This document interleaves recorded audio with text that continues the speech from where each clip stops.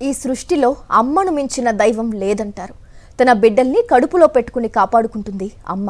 నాన్న ప్రేమలోనైనా లోపం ఉంటుందేమో కానీ అమ్మతనం మాత్రం అణువంత కూడా తగ్గదు.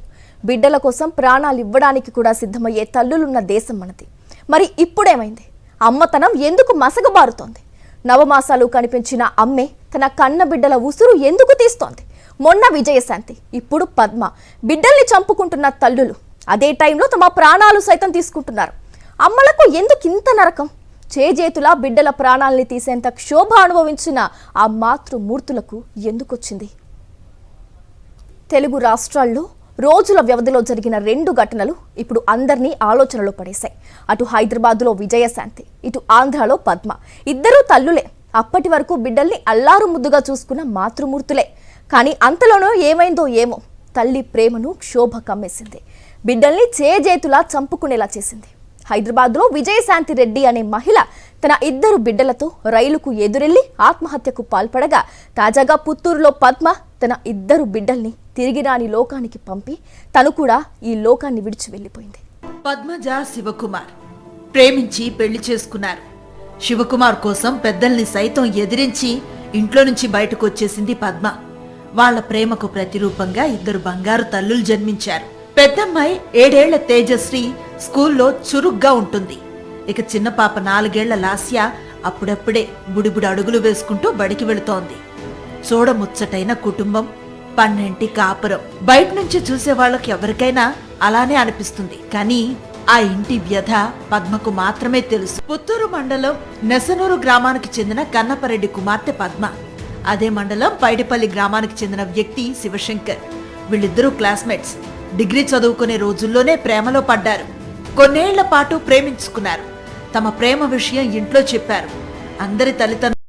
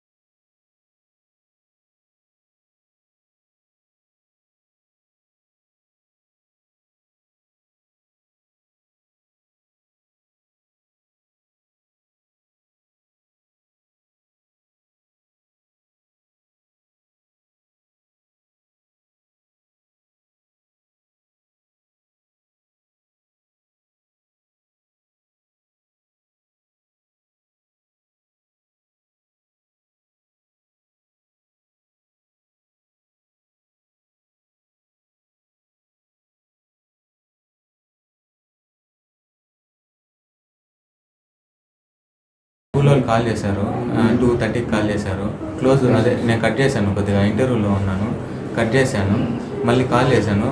కాల్ చేసి మేడం కాల్ కట్ చేసి కాల్ లేట్ అవడం పెట్టింది. మళ్ళీ వచ్చి ప్రశాంత్ సార్ అనేసి ఆ సార్కి కాల్ చేశాను. ఆ సార్కి కాల్ చేశారు ఫస్ట్ నాకు. సార్ ఇట్లా అంటే స్కూల్ 2:30కే వదిలేస్తున్నారు అని చెప్పారు. సార్ పిల్లకాయలు ఆడున్నారంటే పిల్లకాయలు ఆయమ్మ మాత్రం 2 ఈడే ఉన్నారు అని చెప్పింది సార్ అని చెప్పాడు. అంతే, సరే సార్ నేను ఎవరినో ఒకరు పంపిస్తాను సార్ అని చెప్పేసి చెప్పాను. అంతే, వేరే ఇంకా అందరికి కాల్ చేశాను, ఎవరు రాలేదు. ఈ పక్క గీతా కృష్ణ అనేసి ఒక అబ్బాయి ఉన్నాడు.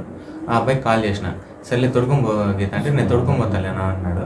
అంతే, తొడుకొని వస్తే మా వైఫ్ చూసింది, ఇంకా తొడుకొని వచ్చింది సార్ వాళ్ళని. అంతే. శనివారం బయటకు వెళ్లిన భర్తకు పద్మ ఫోన్ చేసింది. డ్వాక్రా అప్పు కట్టావా అని ప్రశ్నించింది. అప్పటికే వాయిదా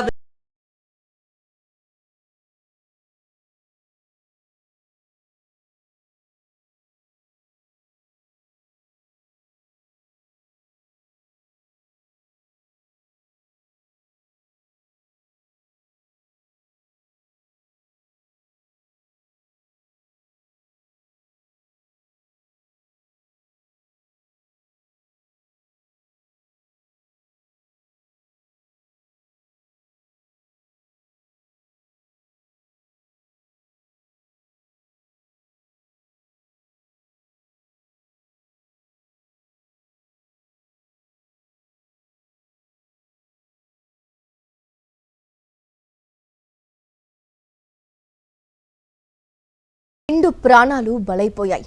అది క్షణికావేశమో, ఆత్మత్యాగమో, మోయలేని భారమో, కారణం ఏదైనా ఆ కుటుంబం విచ్ఛిన్నమైంది. అయితే తను ఆత్మత్యాగం చేసుకుంటూ పద్మ రాసిన సూసైడ్ లెటర్ మాత్రం అందరినీ ఆలోచింపజేస్తోంది.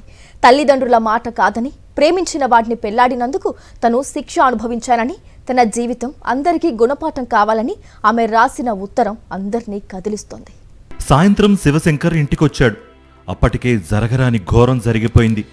భార్యతో పాటు పిల్లలు విగతజీవులుగా పడి ఉన్నారు. దీంతో ఆ ప్రాంతమంతా విషాద ఛాయలు అలుముకున్నాయి. కూతురు సూసైడ్ చేసుకుందని తెలుసుకున్న పద్మ తల్లి దుఃఖాన్ని ఆపుకోలేకపోయింది. ఇంతకీ ఆ రోజు సాయంత్రం ఏం జరిగింది? పని కోసం బయటకు వెళ్లిన శివశంకర్ ఏం చెబుతున్నాడు? కన్న బిడ్డలతో పాటు పద్మ ఆత్మహత్య చేసుకున్న రోజు మధ్యాహ్నం నుంచి ఏం జరిగిందో శివశంకర్ తన వర్షం చెబుతున్నాడు. పిల్లల్ని బడి నుంచి ఇంటికి తీసుకొచ్చిన పద్మ తరువాత భర్త శివశంకర్కు కాల్ చేసింది. డ్వాక్రా డబ్బులు కట్టావా లేదా అని ప్రశ్నించింది. కానీ శివశంకర్ ఎప్పట్లానే డబ్బులు కట్టలేదు. సరిగ్గా అక్కడే ఏదో జరిగింది. శివశంకర్ ఏమంటున్నాడో చూడండి. వచ్చాను తలుపులే సర్లే చెప్పులు 7 ఉన్నాయి కదా, మిద్ది పైన ఏమైనా వాకింగ్ చేస్తున్నారేమో అనేసి అక్కడికి వెళ్ళాను. అక్కడి నుంచి మళ్ళీ రిటర్న్ వచ్చాను. చూసే లేదు, తలుపు దడుతున్నా తీయలేదు, టీవీ పోతుంది, లైట్లు మొత్తం ఆఫ్ ఉన్నాయి, బయట ఆఫ్ ఉంది, లోపల ఆఫ్ ఉంది, ఇవన్నీ ఆఫ్ ఉన్నాయి. సర్లే ఏం చేయాలో తెలియక నేను కిటికీ మాత్రం డోర్ ఓపెన్లో ఉండింది, ఒక రవ్వ. అది లాగి చూస్తే నాకు పిలుస్తున్నా ఇవి వేసాను సార్. ముగ్గురు వాళ్ళు ఎత్తి ఆ నుంచి కిటికీలో నుంచి చేశాను. అది ఇంకా ఎవరు పలకలేక అంటే నేను ఆ నుంచి టార్చ్ చేసి ఇటు చూశాను. టార్చ్ చేసి చూసే లోపల ఒక పాప ఏడు ఉంది. నాకు ఈ కాళ్ళు చేతులు ఆడలాగా నేను వచ్చే లోపల మళ్ళీ పక్కింటి ఆంటీని పిలిచాను. వాళ్ళు పిలిచే లోపల ఆంటీ నేను తలుపు తీస్తున్నాము, అది రాలేదు సార్. మళ్ళీ వేరే ఒక అబ్బాయి వచ్చి తలుపు బ్రేక్ చేసుకొని వచ్చే లోపల చూస్తే అయిపోయింది సార్. అప్పుడు టకటకా నిప్పేసినాము, గుండెల మీద కొట్టాము. తనతో పద్మ బాగానే మాట్లాడిందని, అంతలోనే ఆత్మహత్య చేసుకుందని చెబుతున్నాడు శివశంకర్. అయితే మృతురాలు పద్మ అన్నయ్య శేఖర్ రెడ్డి మాత్రం మరో రకంగా చెప్తున్నారు. తన చెల్లికి ఆల్రెడీ నిశ్చితార్థం చేశామని, అలాంటి అమ్మాయిని శివశంకర్ తీసుకువెళ్లి పెళ్లి చేసుకున్నాడని అంటున్నాడు. పెళ్లి తర్వాత కూడా తనను సరిగ్గా చూసుకోలేదని, ఒక్కరోజు కూడా పనికి వెళ్లలేదని ఆరోపిస్తున్నాడు. ఎంగేజ్మెంట్ అయిన బిడ్డనే నేను రాకపోతే సూసైడ్ చేసుకుంటాను ఇలా బలవంతం చేసి తీసుకెళ్ళాడు వీడు. ఆల్రెడీ పెళ్లికి 3 నెలల ముందు నా దగ్గరికి వచ్చినప్పుడు ఓ నేర్చింది, వాడు వెనకాల పడుతున్నాడు, మరి నేను చాలా టార్చర్ చేస్తానని చెప్పి వాడిని 2 దెబ్బలు కొట్టినాను. ఇంకోసారి అమ్మాయి వెనకాల పండని చెప్పినాడు. ఎంగేజ్మెంట్ అయిపోయింది, అంతా అయిపోయింది, అంతా సాఫీ తర్వాత ఉంది. సడన్గా ఒకరోజు ఇట్లా 20 రోజులు ఉంది పెళ్లికి, బిడ్డకి తీసుకెళ్ళినాడు. వాడు తీసుకెళ్ళి ఒక రోజు పనికి పోవాడు, పనికి పోకుండా తిరుగుకుంటా ఉంటే ఆ లెటర్ చదివితే మీకు అర్థమవుతుంది క్లియర్గా, లెటర్లో ఉంది. పద్మ అన్నయ్య శేఖర్ రెడ్డి చెప్పింది నిజం. ఆత్మహత్య చేసుకునే ముందు పద్మ రాసిన సూసైడ్ లెటర్ చూస్తే ఎవరికైనా గుండె తరుక్కుపోతుంది. తల్లిదండ్రులను కాదని పెళ్లి చేసుకున్న ప్రతి ఒక్కరికి తన జీవితం ఒక గుణపాఠం కావాలంటూ పద్మ రాసిన లేఖ ప్రతి ఒక్కరిని కంటతడి పెట్టిస్తోంది. రెండో పెళ్లి చేసుకునే టైంకైనా సెటిల్ అవ్వు అంటూ భర్తకు ఆమె చేసిన సూచన ఎవరినైనా కదిలిస్తుంది. తల్లిదండ్రులను కాదని పెళ్లి చేసుకున్న ప్రతి ఒక్కరికి నా జీవితం ఒక గుణపాఠం. ఒక అమ్మాయి ఎలాంటి లక్షణాలు తన భర్తకి ఉండకూడదు అనుకుంటుందో అలాంటివన్నీ నా భర్తకు ఉన్నాయన్నది నేను కలలో కూడా అనుకోలేదు. శివశంకర్, నిన్ను చేసుకున్న పాపానికి నేనెంత కష్టపడాలో అంతా అనుభవించాను. నా కడుపులో పుట్టిన పాపానికి నా పిల్లలు కూడా అనుభవిస్తున్నారు. ఏంటి, నేనెప్పుడు డబ్బు డబ్బు అంటానా? కనీసం ఇంటి ఖర్చులకు కూడా డబ్బులు అడగని అమ్మాయి ఉంటే హ్యాపీగా చేసుకో. నాకు నిన్ను భరించే ఓపిక లేదు. ఊరంతా అప్పులు, లోన్లు తీసేసి నా దగ్గర డబ్బు లేదు, నేను తీర్చలేను అంటే నేనేం చెయ్యాలి? నువ్వు పనికి వెళ్ళకపోయినా ఎవరితో తిరిగినా అడగడానికి భార్య లేదు. ఇక హ్యాపీగా ఉండు. నన్ను చేసుకుని నువ్వు కష్టపడుతున్నావా? ఇంక నేను లేను, హ్యాపీగా బతుకు. భార్య పిల్లల్ని పోషించలేని వాడివి ఎందుకు పెళ్లి చేసుకోవాలి? ఎలాగో ఇంకో పెళ్లి చేసుకుంటావు. ఈసారి లైఫ్లో సెటిల్ అయ్యాక చేసుకో. నాలాగా ఇంకొక అమ్మాయి జీవితాన్ని నాశనం చేయకు. తన లెటర్లో తల్లిదండ్రులకు, అన్నకు క్షమాపణలు కోరింది పద్మ. మరో జన్మ అంటూ ఉంటే తల్లిదండ్రులు చూసిన సంబంధం చేసుకుంటానని ఆమె రాసింది.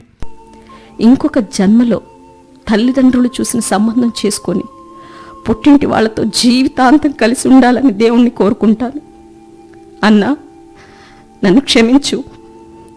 ఇప్పటి వరకు నీతో మాట్లాడలేదంటే నీ మీద ప్రేమ లేకుండా కాదు, నిన్ను ఫేస్ చేసే ధైర్యం లేక, నువ్వు అడిగే ఏ ఒక్క ప్రశ్నకు సమాధానం లేక. 8 సంవత్సరాలు అవుతోంది నీ నోటి నుంచి పాప అని విని. చివరిసారిగా నన్ను, నా పిల్లల్ని వచ్చి చూడు.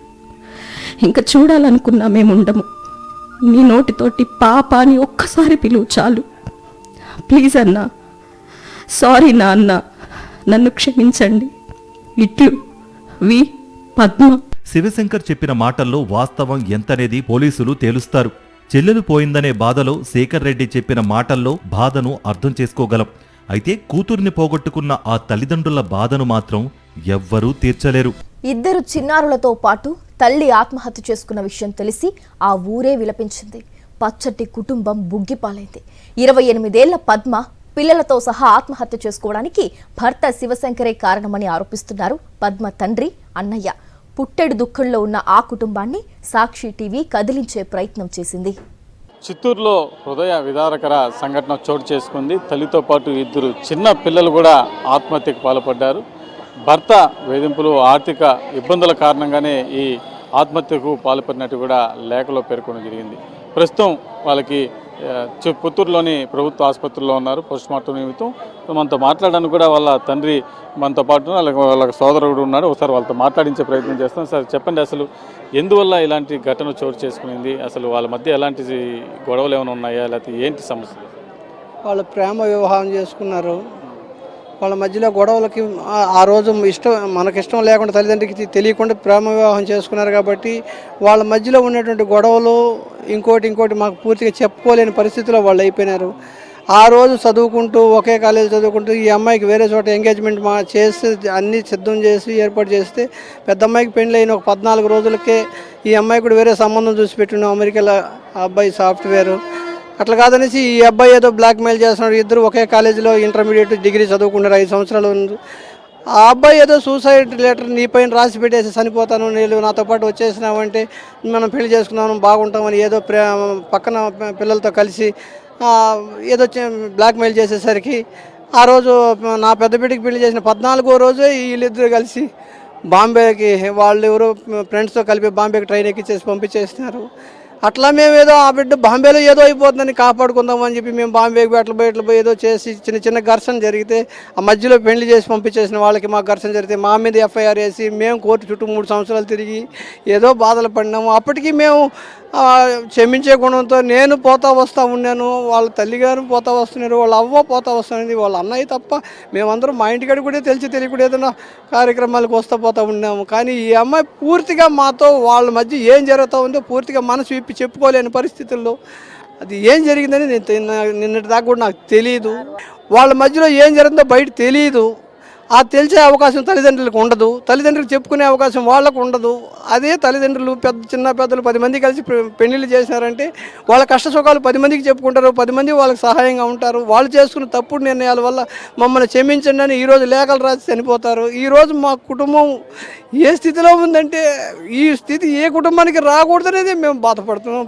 తాగుడుకి బానిసలు అయిపోయి సంపాదన లేకుండా కుటుంబాన్ని పోషించుకోలేకుండా వాళ్ళ మీద ఉన్నటువంటి ఏదో అంత ఇంత ఉన్నటువంటి బంగారాలు అవి మంచిట్లు మొత్తం కుదలు పెట్టుకుని అమ్ముకునేసి అన్నీ చేసుకున్న తర్వాత ఇప్పుడు అది పనులు చెప్పుకోలేకుండా వాళ్ళు దాన్ని ఇంకమేట పోషించుకోలేకుండా ఇట్లా చేసుకునే దానివల్ల ఇక్కడ మీ బావ ఏదైతే శివశంకర్ ఉన్నాడో అతని మీద ఎలాంటి అనుమానాలు ఉన్నాయి, ఏం జరిగిందండి? ఖచ్చితంగా అయితే అనుమానాలు అయితే ఉన్నాయండి. అది ఎందుకంటే ఆ అమ్మాయి అంత ఈజీగా సూసైడ్ చేసుకున్న అమ్మాయి అయితే చాలా ధైర్యవంతురాలు అమ్మాయి. ఏంటంటే ఇప్పుడు వాడే కొంచెం ట్రాప్ చేశాడు, కొంచెం మనీ బ్లాక్మెయిల్ చేయడం, మనీ తీసుకురమ్మని చెప్పి. మ్యాక్సిమం మనం ఎంత సపోర్ట్ చేస్తారో నాకు తెలియకుండా మా ఇంట్లో వాళ్ళు చాలా సపోర్ట్ చేస్తారు. కానీ నాకు తెలిసానని సైలెంట్ ఉన్నాను. పోనీలో చిన్నపిల్లలు ఉన్నారు కదా, అడ్జస్ట్ చేసుకుపోదాంలే, ఎంత మనీ అడ్జస్ట్ చేసినా చేసుకుంటున్నారు. మనవాడికి ఇంకెంత మనీ కావాలో బయట అంతా అప్పులు చేశాడు, ఫుల్గా ఆన్లైన్లో లోన్స్ అవన్నీ అప్లై చేశాడు. ఇంకా అవన్నీ తెచ్చలేకుండా అది కాకుండా ఈ డ్వాక్రా లోన్స్ లేడీస్ అంతా ప్రెజర్ చేస్తారు కదా, కట్టకపోయేసరికి ఆ అమ్మాయి పేరు మీద తీసేసి ఇంకా అబ్బాయి లేనప్పుడు ఆ అమ్మాయి దగ్గరకు వచ్చి హెరాస్మెంట్ చేయడాలు, లోన్స్ రికవరీ వాళ్ళు అట్లా చేయడం వల్ల చాలా వరకు చెప్పుకునింది, కొన్ని చెప్పుకోలేని పరిస్థితి. అది కాక ఇప్పుడు ఒక 20-30 డేస్గా అమ్మాయి దగ్గర ఫోన్ ఇవ్వట్లేదు.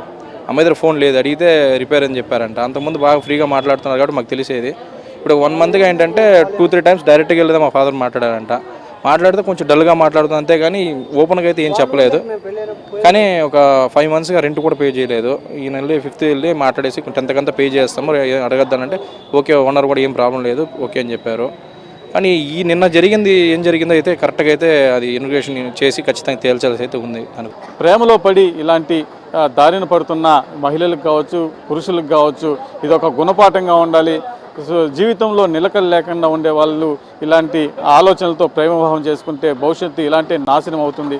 ఇలాంటి ఘటన మరొకసారి జరగకూడదని ఆ సూసైడ్ నోట్లో కూడా ఏదైతే మరణించిందో పద్మ రాసిన పరిస్థితి ఉంది. కలలో కూడా కన్న పిల్లలకు కీడు కలగకూడదని కోరుకుంటుంది కన్నపేగు. అలాంటి తల్లి తన 2 పిల్లలతో కలిసి ఆత్మహత్య చేసుకోవడం సంచలనంగా మారింది. అయితే ఇలాంటి దుర్ఘటన జస్ట్ కొన్ని రోజుల కిందట హైదరాబాద్లో కూడా జరిగింది. సాఫ్ట్వేర్ ఇంజనీర్ అయిన ఓ తల్లి తన 2 పిల్లలతో కలిసి ట్రైన్కు ఎదురెళ్లి మరీ ఆత్మహత్యకు పాల్పడింది. రోజులు గడిచినా ఇప్పటికీ ఈ ఘటన ఓ మిస్టరీనే. ఓ తల్లి రాసిన మరణ శాసనం ఇప్పుడు సమాజాన్ని ఆలోచనలోకి నెట్టింది. పిల్లలకు చిన్న దెబ్బ తగిలితే తల్లడిల్లే తల్లి మనసు ఏకంగా ఆ పిల్లలతో కలిసి ఆత్మహత్యకు పాల్పడటం అందరి మనసుల్ని కలిచివేస్తోంది. సాఫ్ట్వేర్ ఇంజనీర్ విజయశాంతి రెడ్డి జనవరి 31న తన 2 పిల్లలు చైతన్యారెడ్డి, విశాల్ రెడ్డితో కలిసి చెర్లపల్లి రైల్వే స్టేషన్ సమీపంలో గూడ్స్ రైలు కింద పడి బలవన్మరణానికి పాల్పడ్డారు. మరణించే ముందు చెర్లపల్లి రైల్వే స్టేషన్ పార్కింగ్లో పెట్టిన కారులో సూసైడ్ లెటర్ దొరికింది. కారు పార్కింగ్ స్లిప్ వెనుక తన మరణానికి ఎవరూ కారణం కాదంటూ రాశారు. ఆమె ఎందుకిలా చేశారనేది ఇప్పటికీ మిస్టరీగానే ఉంది. మృతురాలు ఉన్నత విద్యావంతురాలు. ఆమె పిల్లలు కూడా చక్కగా చదువుకుంటున్నారు. పుత్తూరు ఘటనలో జరిగినట్లు ఇక్కడ ఆర్థిక ఇబ్బందులు కూడా లేవు. అయినప్పటికీ విజయశాంతి జీవించాలనుకోలేదు. దారుణమైన నిర్ణయం తీసుకున్నారు. చనిపోవాలని ఆమె నిర్ణయం తీసుకోవడం ఒక ఎత్తైతే ఆ నిర్ణయాన్ని పిల్లలకు చెప్పి వాళ్లను ఒప్పించడం మరీ దారుణమైన విషయం. చిన్నప్పటి నుంచి తల్లి మాట జవదాటిని ఆ పిల్లలు తల్లి చనిపోదామని కోరితే అందుకు అంగీకరించడం హృదయాన్ని కలిచివేసే విషయం. ముగ్గురు కలిసి రైలుకి ఎదురు వెళ్లి మరీ ఆత్మహత్యలకు పాల్పడటం గుండెల్ని పిండేస్తోంది. ఈ ఆత్మహత్యల ఘటన పోలీసులకు సవాల్గా మారింది. ఆఫీసులో ఏమైనా సమస్య ఉందేమో అని అక్కడ ఎంక్వైరీ చేశారు. అక్కడ ఎలాంటి సమస్య లేదు. ఆర్థిక లావాదేవీలు ఏమైనా తారుమారు అయ్యాయేమో అని ఆ దిశగా కూడా విచారణ జరిపారు. అక్కడ కూడా అంతా సాధారణంగానే ఉంది. విజయశాంతి వాట్సాప్ చాట్స్, కాల్స్ కూడా అనుమానాస్పదంగా లేవు. చివరికి భర్తపై అనుమానంతో విజయశాంతి రెడ్డి భర్త సురేందర్ను కూడా సుదీర్ఘంగా ప్రశ్నించారు పోలీసులు. సురేందర్ కూడా తనకు ఏం అర్థం కావటం లేదని, తన మైండ్ బ్లాక్ అయిందని చెబుతున్నారు. వృత్తిరీత్యా 14 నెలలుగా దుబాయ్లో ఉంటున్న సురేందర్ తన భార్య తనకు దేవతతో సమానమని, తనను పిల్లల్ని ఎంతో బాగా చూసుకునేదని చెబుతున్నారు. ఒంటరిగా ఫీల్ అవుతున్నానని తన భార్య ఎప్పుడూ తనతో చెప్పలేదని, అయినా ఒంటరిగా ఫీల్ అయ్యేంత సమయం ఆమెకు లేదని అంటున్నారు. అమ్మాయికి టైం లేదు. ఓకే, జాబ్ అండ్ నిద్రపోవడం. హాలిడేస్ వచ్చినప్పుడు 1 వీక్ అబ్బాయి దగ్గరికి వెళ్తుంది, నెక్స్ట్ వీక్ అమ్మాయి దగ్గరికి వెళ్తుంది. ఆ టైం అనేది అమ్మాయికి లోన్లీ ఫీల్ అయ్యేంత లేదు. కానీ మనసులో ఏముందనేది మనకు తెలియదు. నా వైఫ్ అంటే నాకు దేవతతో సమానం. ఎందుకంటే అంత కేరింగ్. ఇలా ఎవరూ అనుమానం వ్యక్తం చేయకపోవడంతో ఈ కేసు పోలీసులకు మిస్టరీగా మారింది. ఆమె ఒంటరితనం భరించలేక ఆత్మహత్య చేసుకుందనే ప్రచారం జరిగినప్పటికీ ఆమె భర్తతో పాటు పోలీసులు ఈ వాదనను ఖండిస్తున్నారు. ప్రస్తుతం కేసు విచారణ దశలో ఉంది. మరణం ఎప్పుడొస్తుందో ఎవ్వరూ చెప్పలేరు. ఉన్న జీవితాన్ని అనుభవించాలి. సమస్యలొస్తే ఎదురెళ్లి పరిష్కరించాలి. ఇలాంటి మాటలు చెప్పడానికి బాగుంటాయి, కానీ సమస్యల్ని ఎదుర్కోవాలి అంటే గుండె ధైర్యం కావాలి. అలాంటి ధైర్యాన్ని అంతా సంపాదించాలి అంటున్నారు మానసిక వైద్యులు. ప్రతి సమస్యకు భయపడటం మానేయాలని, సమస్యకు ఆత్మహత్య మాత్రమే పరిష్కారం కాదని చెబుతున్నారు. ప్రతి ఒక్కరి జీవితంలో సమస్యలుంటాయి. వాటికి పరిష్కారం ఆత్మహత్యలేనా? సూసైడ్ చేసుకుంటే సమస్యకు పరిష్కారం దొరుకుతుందా? అసలు సమస్యకు సూసైడ్కు సంబంధం ఏంటి? దీన్నే మానసిక వైద్య నిపుణులు తమదైన శైలిలో వివరిస్తున్నారు. తాము ప్రాణాలు తీసుకోవడమే కాకుండా పిల్లల్ని కూడా చంపుకోవడం సమస్యకు పరిష్కారమే కాదంటున్నారు సైకాలజిస్టులు. ఇదే సొల్యూషన్ అనుకుని మన జీవితాన్ని మనం అంతం చేసుకుంటే ఎంతవరకు కరెక్ట్ అని మనం ఆలోచించుకోవాలి. మనమే కాకుండా పిల్లల్ని కూడా ప్రోత్సహిస్తూ వాళ్ళకి ఏం చెప్తున్నాం, మనము వాళ్ళ జీవితానికి కారణమయ్యి వాళ్ళని ఒక అభివృద్ధిలోకి తీసుకుని వచ్చి సొసైటీలో ఒక మంచి పొజిషన్లో నిలబెట్టాల్సిన మనము లేదు, లైఫ్ అంటే ఇంతే, ఇంతకు మించి లైఫే లేదు అని చెప్పి వాళ్ళకి మనం చెప్పి మనం అంతం చేసుకోవాలని చెప్పి మన జీవితాలతో వాళ్ళని కూడా మనము అంతం చేయాలనుకుంటే ఎంతవరకు కరెక్ట్? ఇలాంటి సూసైడ్ ఆలోచనలు ఉన్న వాళ్ళను ఖచ్చితంగా గుర్తించవచ్చంటున్నారు మానసిక వైద్యులు. వీళ్ళంతా బయటకు బాగానే కనిపిస్తారు, కానీ లోపల మాత్రం బాగా కుమిలిపోతారని అంటున్నారు. అలా ఒత్తిడిని తట్టుకోలేక సమస్య నుంచి పారిపోవడానికి చేసే ప్రయత్నమే ఆత్మహత్య అంటున్నారు. ఒంటరితనంతో పాటు ఈ ఒత్తిడిల వల్ల ఒత్తిడిని తట్టుకోలేనప్పుడు దీనికి శాశ్వత పరిష్కారం ఏంటి, మనం బతుకుండడమే మంచిది కాదు, చనిపోవడమే శాశ్వత పరిష్కారంగా భ్రమిస్తున్నారు. ఏ చిన్న సమస్యకైనా వీళ్ళు ఎక్కువగా ఫీల్ అవుతారు. ఒత్తిడి తట్టుకోలేనప్పుడు సమస్య నుంచి పారిపోవడానికి చేసే ప్రయత్నమే ఆత్మహత్య. ఆ ఆత్మహత్య యత్నాల గురించి ముందు వార్నింగ్లు మనకు తెలుసు. ఎప్పుడు మేము చావాలనిపిస్తుంది, బతకాలనిపిస్తుంది, కొన్ని సందర్భాల్లో దగ్గరి వాళ్ళతో చెప్తుంటారు. కానీ మనం ఏమనుకుంటాం, మామూలుగా అట్లనే అంటారు కదా అని టేక్ ఇట్ ఈజీగా తీసుకుంటారు. దయచేసి అది మాత్రమే వార్నింగ్ సైన్. క్షణికావేశంలోనే ఆత్మహత్యలు చేసుకుంటారని అంటున్నారు సైకాలజిస్ట్ రాఘవ శృతి. అదే టైంలో పిల్లల మైండ్ సెట్ కూడా తమలానే ఉంటుందని అనుకోవడం తప్పంటున్నారు. పిల్లల్ని కూడా తమతో తీసుకెళ్లిపోతున్నారు. వాళ్ళ బంగారు భవిష్యత్తుకు తల్లులే ఫుల్ స్టాప్ పెట్టేస్తున్నారు. మన పిల్లల జీవితాలు మనం అనుకున్నట్టుగా బ్యాడ్గా ఉండకపోవచ్చు, అద్భుతంగా ఉండొచ్చు. మేబీ వాళ్ళ అద్భుతమైన జీవితానికి మనమే మన ఫుల్ స్టాప్ పెడుతున్నామేమో ఇలాంటి ఆలోచనల వల్ల. అలా ఎందుకు ఆలోచించకూడదు? సో ఎలాంటి ఆలోచనలు వచ్చినా మనం ఖచ్చితంగా కౌన్సిలర్స్ దగ్గరికి వెళ్ళాలి. మనమే అనుకున్నట్టు ఈరోజు వస్తుందని మనం అనుకోలేదు. మేబీ రేపన్న రోజు ఒక హోప్ ఉండాలి. మేబీ నా లైఫ్ చాలా అద్భుతంగా ఉంటుందేమో, నా వల్ల నా పిల్లల జీవితం అద్భుతంగా ఉంటుందేమో, అద్భుతంని నేను ఆపుతున్నానేమో నా ఆలోచనల వల్ల, లేకపోతే ఇలా నేను సూసైడ్ చేసుకో ఆలోచనల వల్ల. సో ఇలాంటివన్నీ మనం ఒకసారి క్రాస్ చెక్ చేసుకుని అవసరమైతే, అవసరం కాదండి ఖచ్చితంగా సూసైడల్ థాట్స్ వస్తున్నాయి అంటే మీరు వెంటనే కౌన్సిలర్స్ని సంప్రదించాలి. ఏ కారణం లేకపోయినా డిప్రెషన్లోకి వెళ్ళిపోతారు కొంతమంది. జీవితంలో ఏదో వెలితి ఫీల్ అవుతూ ఉంటారు. తాము బతికి వృధా అనుకుంటారు. ఇది కూడా ఓ రకమైన మానసిక సమస్యే. ఇక్కడ ప్రధానమైన సమస్య ఏంటంటే మానసిక సమస్యలు కూడా శారీరక సమస్యల్లాంటివే. వాటికి కూడా మందులుంటాయి. ఏ కారణం లేకుండా కూడా ఫైనాన్సెస్ ఉంటాయి, సోషల్ సపోర్ట్ ఉంటుంది, వాళ్ళకి కంఫర్టబుల్ లైఫ్ స్టైల్ ఉంటుంది, అన్నీ ఉన్నా కానీ they go in to depression. So ఇప్పుడున్న ఆ డిప్రెసివ్ థాట్స్ ఏవైతే ఉన్నాయో, చనిపోవాలన్న కోరికలు, అవన్నీ కూడా మందులతోని మనం తగ్గించే సొల్యూషన్ ఉంది. కాకపోతే చాలామందికి తెలియదు కాబట్టి ఇంకా నా లైఫ్ ఎండ్ అయిపోయింది అని అక్కడి వరకే చూస్తారు తప్ప బియాండ్ దాట్ దానికి సొల్యూషన్ ఉంది, ట్రీట్మెంట్ ఉంది అన్న విషయం చాలామందికి తెలియదు. సమస్యకు పరిష్కారం ఖచ్చితంగా మరణం కాదు. ఆత్మహత్య చేసుకున్న తర్వాత తమ కుటుంబం ఎలా ఉంటుంది, తల్లిదండ్రులు, పిల్లలు ఎంత బాధపడతారో లాంటి విషయాల్ని ప్రతి ఒక్కరూ ఆలోచించాలి. దానికంటే ముందు పాజిటివ్ దృక్పథాన్ని అలవర్చుకోవాలి. ఒంటరిగా ఉండడం తగ్గించుకోవాలి. ఇలాంటి చిన్న చిన్న జాగ్రత్తలు తీసుకుంటే సూసైడ్ థాట్స్ నుంచి సులభంగా బయటపడొచ్చని చెబుతున్నారు వైద్యులు. ఇది వాటి special focus. Stay tune to Sakshi.